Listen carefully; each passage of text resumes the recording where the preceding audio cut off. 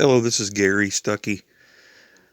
I had the chance to talk to BJ last year during an interview with my podcast, Real Music. He was such a nice guy. I was so thankful to talk to him. He had been following me on Instagram for a while, and he actually knew who I was. He said some nice things to me. He liked my songwriting and hoped that I would write a song for him.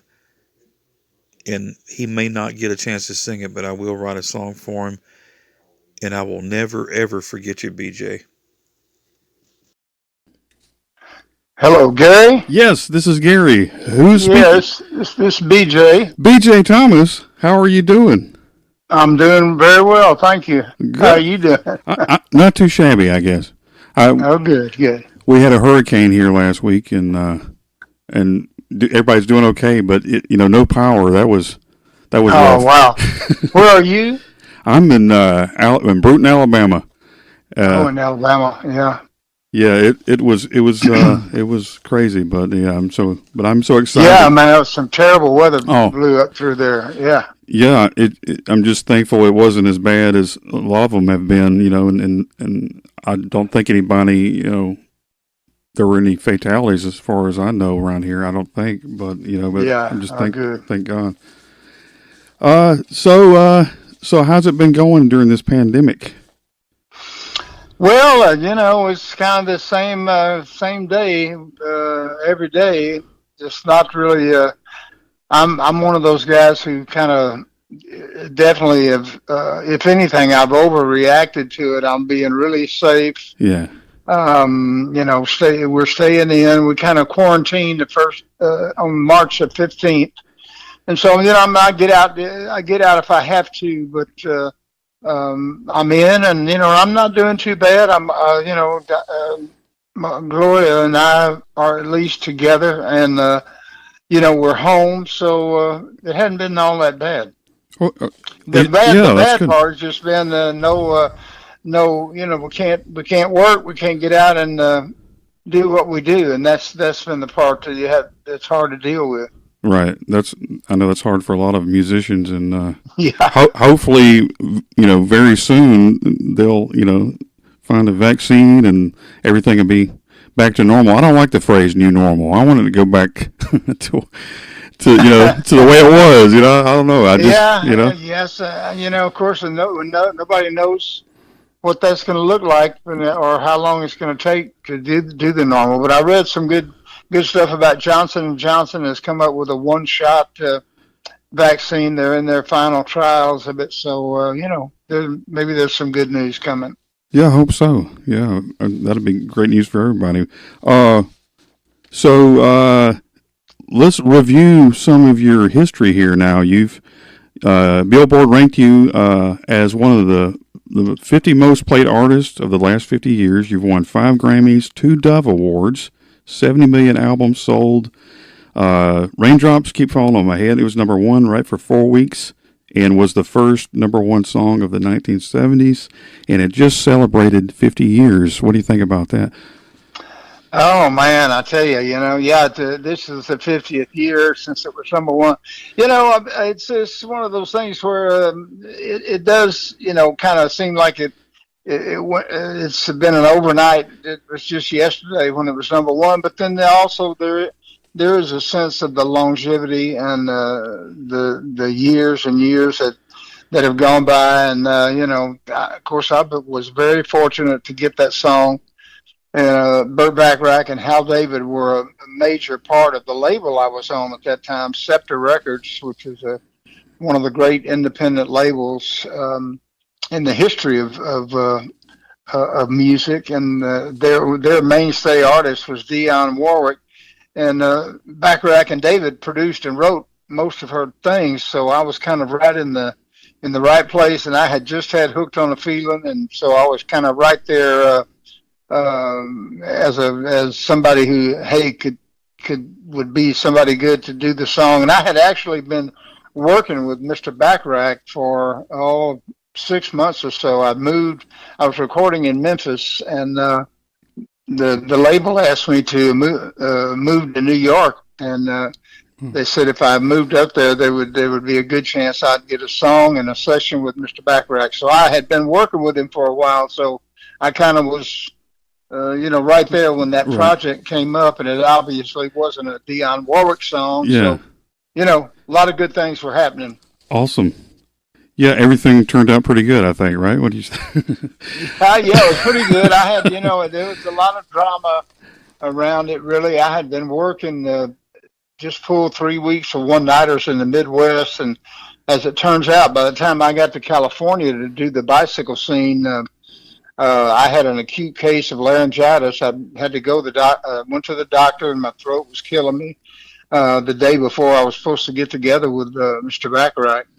And so anyway, it was one of those things where it's like, it wasn't like I wasn't going to show up. So anyway, I showed up, and he liked the texture and the way my voice sounded. He thought that was the correct sound. He never said a word about me being hoarse or kind of croaky. And hey, it turned out pretty good. Awesome. Well, I guess so. After all these albums sold, and the single itself, and the history of that, just awesome.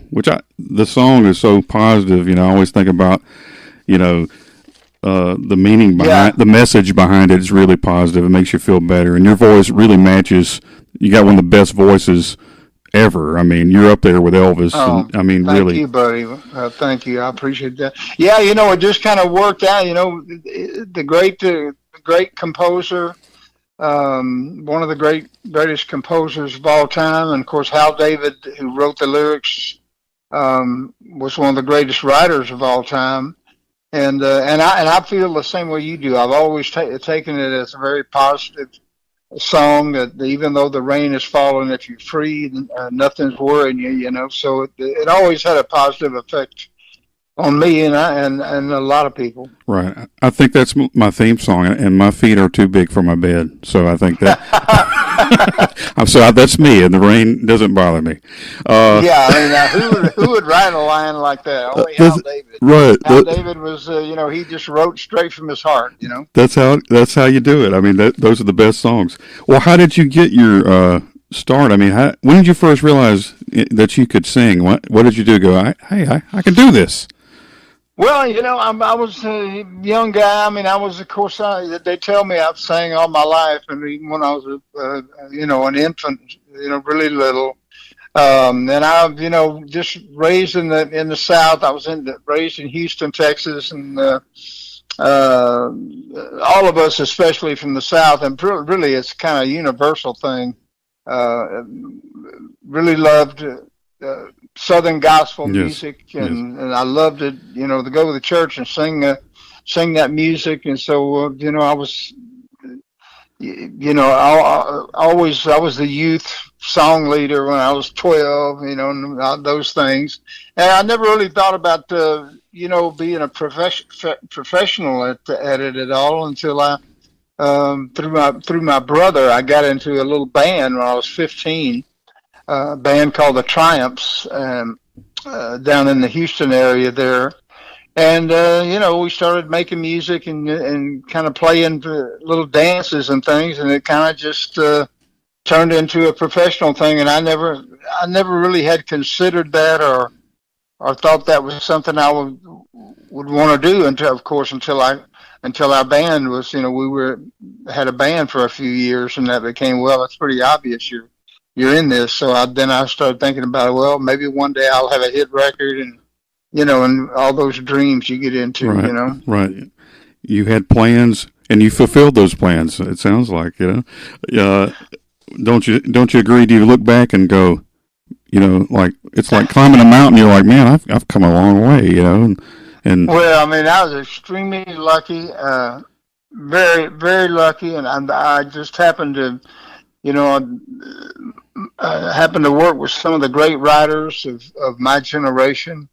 Barry Mann and Cynthia Weil, and of course Bacharach and David and Mark James, and just a lot of great writers. And I just as I look back on it, I'm thinking, I could have done 10 times more than I did, but I was in the actual reality, I was just very fortunate to do what I've done, and I appreciate it now that it's kind of the longevity of the career is kind of in the forefront. That I appreciate those years, and I realize how fortunate I was, and I feel good about it. That's good. That's awesome accomplishments that you've got there. So, who were your influences when you started singing? Well, yeah, I loved. My dad was a huge country music fan, so we were one of those families that were by the radio on Saturday evenings, listening to the Grand Ole Opry and that kind of thing. And then actually, my dad took the whole family to see the Grand Ole Opry. They used to travel in mass, all the members together. Right. They used to, tour together, and we saw the Opry when they came through Houston, and I saw Hank Williams and of course, Ernest Tubb and all the great artists from the Grand Ole Opry. And I always loved Hank Williams. He just was a guy that I just was so attracted to, and I loved all his music. And of course, my first hit record was "I'm So Lonesome I Could Cry" by Hank Williams. And so I don't know, that just really Hank Williams kind of stands out as one of the guys that influenced me. But I don't really sing like Hank, and nobody else does. No one else, Junior does, I guess. But I guess when I was just around, say, 13, 14, 15, something like that, I fell in love with Bobby Blue Bland. Oh, yeah. I loved Bobby Bland. I loved Jackie Wilson. Oh yeah. And Sam Cooke, and of course all those great guys, Jerry Butler, and all those guys that were huge when I was 13, 14 or so. And we were just kind of our band was kind of just a product of top 40 radio. We just back when they played all the genres on one station, and so we just that's where we got our music, and that was our big influence. Awesome. Yeah, Hank Williams, he grew up about 40 miles north of here in Georgiana. Not far away, but that's awesome influences. I would like to say also that my best friend Roy Head just passed away on the 21st. Sorry. And he was the guy that motivated us to have a band.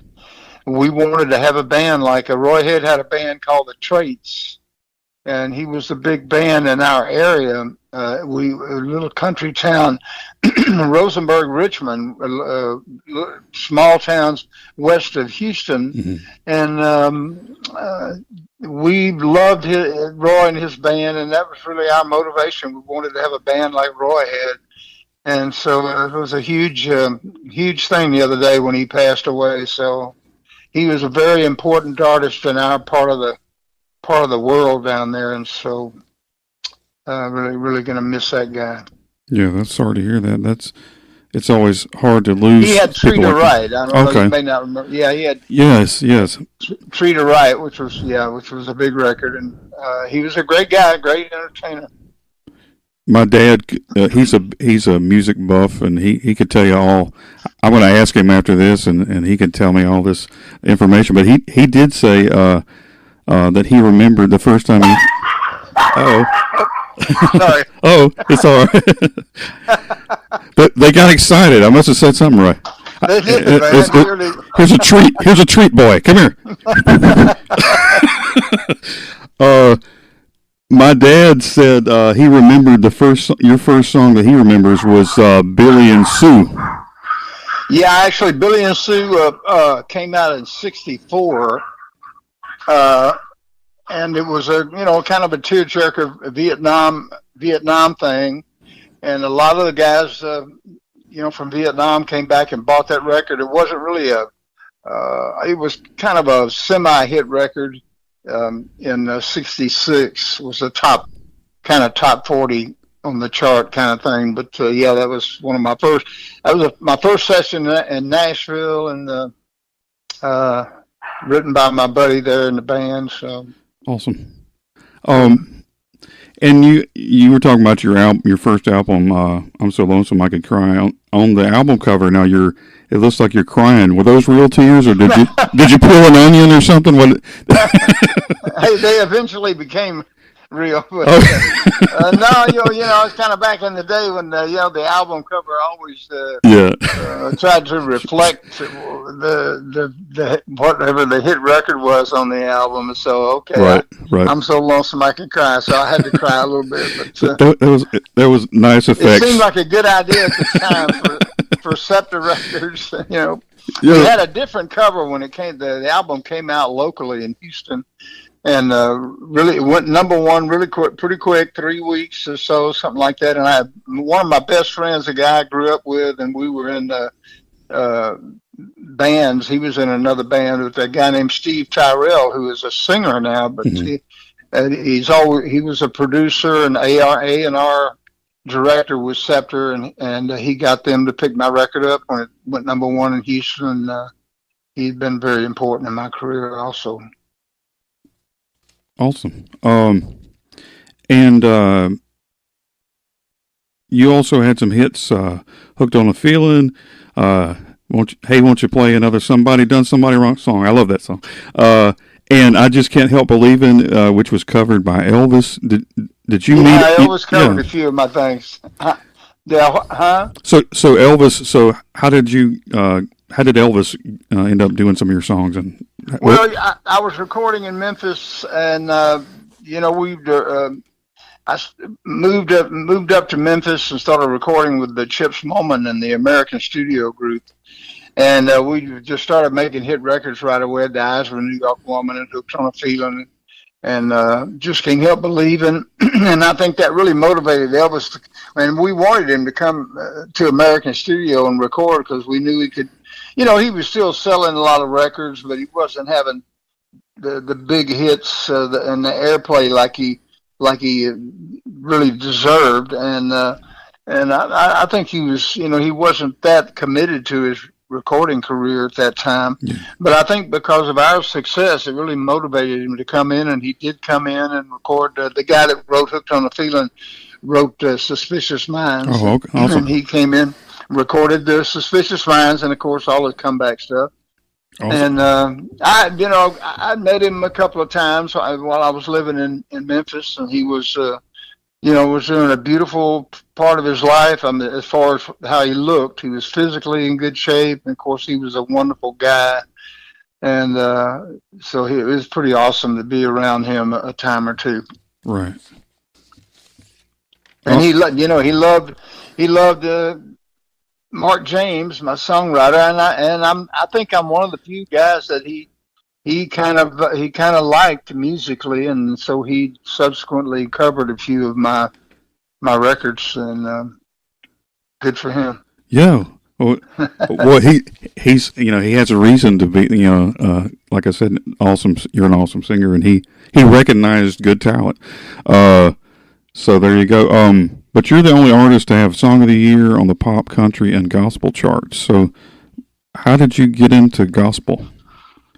Well, just as a kid, I was, of course, always sang that kind of music, and I'd do it on record every now and then. I had the B side of "Wrong Song" was a gospel song, and then I had "Mighty Clouds of Joy" that I recorded in Atlanta, which was a gospel thing. But I never really had just been in the gospel business, so I made a complete an album that was just completely gospel.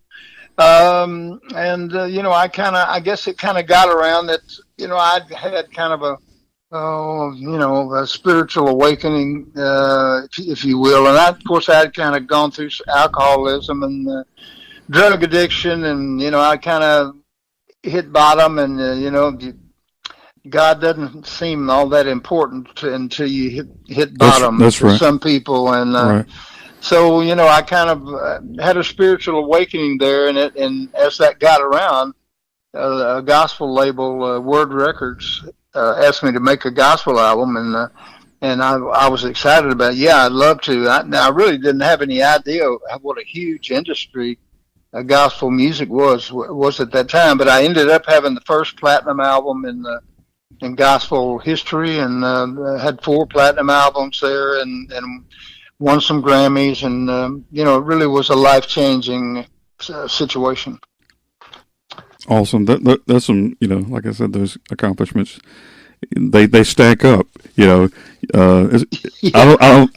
think you're winning the race against a lot of people as far as accomplishments. You can't deny that. Well, I think even like my buddy Kenny Rogers and even Roy Head. I don't think any of us really tried to do just one genre. Yeah. And so I think I was lucky in that sense, just being kind of a product of top 40 radio, that I didn't really recognize genres. I was just looking for good songs and songs I liked to sing, and so I think that's why I kind of was a little country, and I had a lot of pop success and the gospel thing, and I think that all kind of came from the top 40 influence. So I was lucky there too. Right, and you're able to reach everybody when you do that, and that's so cool. Which I guess that helps sell 70 million albums when you can do that, right? Well, yeah. Well, I'll tell you, man. I just, I've been very fortunate, and I worked with some great writers. Even Pat Terry and the gospel thing wrote a lot of my first gospel hit records are in that arena. And Pat Terry, great writer, and I think he's writing now in Nashville. So, things worked out pretty well. And I'm going in the studio. Oh, okay. And I had a session planned for Muscle Shoals on July 15th with Dan Penn and Billy Lawson, 2 great songwriters, and we've known each other for a long time, and we were finally going to go in and record, and of course the pandemic has put that off. But we're all in on that, and we're going to do that as soon as we all get free again. Wow, yeah, that's going to be great. I'm looking forward to hearing all that. Thank you. Yes, sir. And I know you're a songwriter. And you're a great writer. Well, I appreciate that. Have you noticed? I know I'm familiar with you. Honestly, I appreciate that. That right there. I can die happy now. Thank you. Goodbye. No, I'm kidding. I'll pay you after this is over. But no, I appreciate that. I really do. Well, I probably need a song or two from you before I go in the studio, and I'll let you know before I go in. Please do. Hey, if you want to make my life, that would be an honor. Yeah, I'll record this and play it back for you in case you forget. Though I'll remind you every day over I won't forget. on Instagram. Yeah, there you go. But I'm familiar with your material, because we follow each other on Instagram, and and I'm really impressed with it. And so we'll get together before I go in the studio. Awesome! Wow, you're gonna have me all shook up like Elvis. So you're on the Academy Awards coming out with the guns blazing. Can you tell me a memory about that night with all those actors? Oh, man. I mean, that was just so incredible. I actually went out, and I think they originally planned to do Raindrops with the Fifth Dimension. And when we heard about that on the show, we knew some people. Steve Tyrell especially knew some people with the Academy, and we touched base with them and said, hey, but we really would like to do our song ourselves, But anyway, it worked out, and I performed on that show. I was really nervous. I had Sundance's outfit on, and I came out and did. And during rehearsals for the show, our section, our song was about a 12-15 minute production thing, and I thought, man, it looks like we might win this thing. Yeah. They're making such a big deal out of it. But of course, Mr. Bacharach won 2 Academy Awards, and Hal won 1, and that was just a great night, being around all those great movie stars, and just a great experience for me.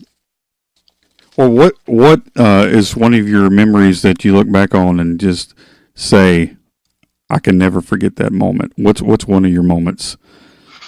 Well, the Raindrops that whole thing was quite an experience.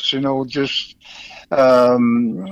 just everything was going for that song, and had that Butch Cassidy and Sundance Kid really was a wonderful movie. Yes. One of the best westerns of all time. Of course, with Paul Newman, Robert Oh, Redford, yes. and then the music is Bacharach and David, and just everything was going for it, and just about everything connected with that song, even the laryngitis, and we did the bicycle scene for the movie. Then we re-recorded it in New York about 6 weeks after the bicycle scene session for the song that was the single and was the number one record.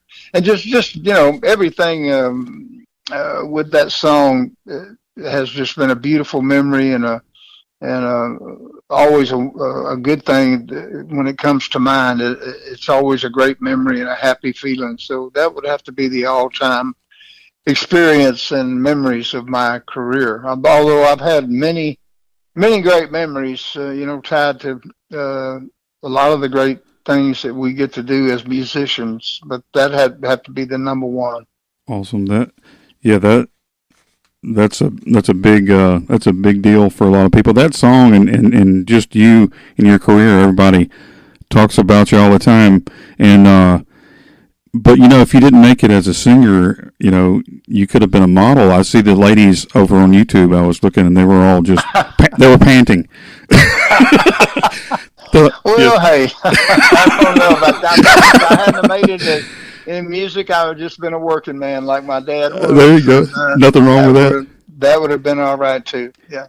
And you've been married almost 52 years, right? The same woman, Yeah, right? 52 years. This year will be 53. Okay. And Gloria and I married when I was living in Memphis, and we've had a wonderful, wonderful marriage. Think that I'm always so thankful that I've had her. Right. It's somebody that you can go along with and kind of, give talk back and forth to, and in your career too, and somebody that really supports you is always good. It was kind of tough on her through the addiction years, but she kind of always could see me for who I was, and right. and not who I thought I was, and so she's always been such a positive and loving influence in my life, and I owe her a lot. Right. They don't make them like that anymore. Are there any left out there? I'm trying to find one. Well, there probably is somewhere, I'm sure. I'm sure. And you, a lot of people recognize you for the theme song of Growing Pains. Can you tell about getting that gig for Growing Pains? That was a kind of a thing came out of nowhere. I was just home one evening, and I answered the phone, and it was a writer from California, a guy named Stephen Dorff, who's actually a Hall of Fame writer, and he was writing a song with John Bettis, who is also in the Songwriters Hall of Fame now. But he said, hey, he said, I hope you don't mind me calling you. I got your number from so and so, and he said, I'm a songwriter, and we're writing a song. And he said, it's just coming out. We're writing a theme song for a pilot. TV pilot, and he said it's just coming out so much like a B.J. Thomas song that he said we just need to know that if you'll do it, if you'll sing it for the pilot, then we're going to let it go ahead and be finish it out the way it is. But it sounds so much like you now that if you won't do it, we need to know that, and we need to change it because it sounds so much like you. If you're not going to sing it, we have to change it. And I said, hey, well, I would love to do it. And so I did record that. And then, it was came out of nowhere. It was a very successful TV show for, 10, 11 years. And, gosh, that song probably got as much airplay as anything I've ever done in the worldwide release of that show. So that was a fun thing, too. And I eventually did a version with Dusty Springfield, and that was a great experience, and that was all good also. Awesome. Well, I appreciate you stopping in and calling today. Thank you so much. And Yeah, Gary, I really have enjoyed it, man. Really, yeah, been fun. I love it, and I thank you for the compliments. My head's already big. It's swelling, and you know, and I'll be seeing you over on Instagram, but yeah, I'm going to hold you to the songwriting thing. Yeah, I'll bug you. Well, I'll let you know how to send me something, and Sure.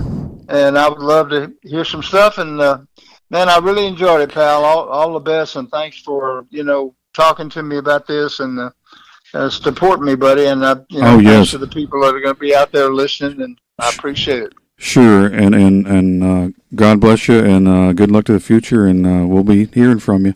So take care. All right, Gary. Thank you, man. All right. See you later. All righty. Bye. Bye-bye.